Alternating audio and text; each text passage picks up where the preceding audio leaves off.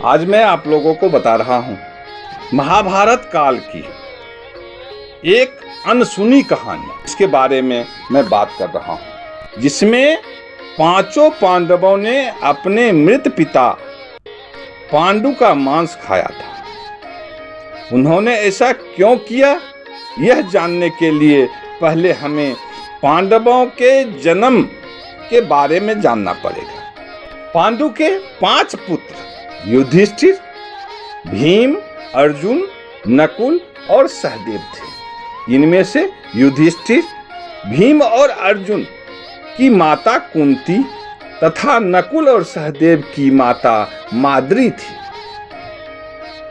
पांडु इन 5 पुत्रों के पिता तो थे, पर इनका जन्म पांडु के वीर्य तथा संभोग से नहीं हुआ था, क्योंकि पांडु को श्राप था कि जैसे ही वो संभोग करेगा उसकी मृत्यु हो जाएगी। इसीलिए पांडु के आग्रह पर यह पुत्र कुंती और माद्री ने भगवान का आवाहन करके प्राप्त किए थे। जब पांडु की मृत्यु हुई तो उसके मृत शरीर का मांस 5 भाइयों ने मिल बांटकर खाया था। उन्होंने ऐसा इसीलिए किया क्योंकि स्वयं पांडु की ऐसी इच्छा थी। क्योंकि उसके पुत्र उसके बीज से पैदा नहीं हुए थे, इसीलिए पांडु का ज्ञान कौशल उसके बच्चा में नहीं आ पाया था। इसीलिए उसने अपनी मृत्यु पूर्व ऐसा वरदान मांगा था कि उसके बच्चे उसकी मृत्यु के पश्चात उसके शरीर का मांस मिल बांटकर खा ले, ताकि उसका ज्ञान बच्चों में स्थानांतरित हो जाए। पांडवों द्वारा पिता का मांस खाने के संबंध में 2 मान्यता प्रचलित है।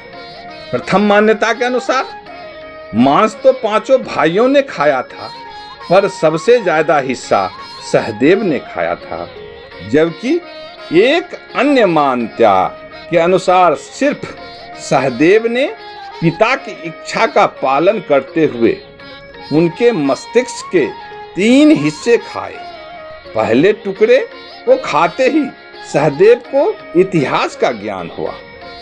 दूसरे टुकड़े खाने पर वर्तमान और तीसरे टुकड़े को खाते ही भविष्य का ज्ञान। यही कारण था कि सहदेव 5 भाइयों में सबसे अधिक ज्ञानी था और इससे उसे भविष्य में होने वाली घटनाओं को देखने की शक्ति मिल गई थी। शास्त्रों के अनुसार भगवान श्री कृष्ण के अलावा वो एकमात्र शख्स थे जिन्होंने भविष्य में होने वाले महाभारत के युद्ध के बारे में संपूर्ण बातें पता थी पहले से।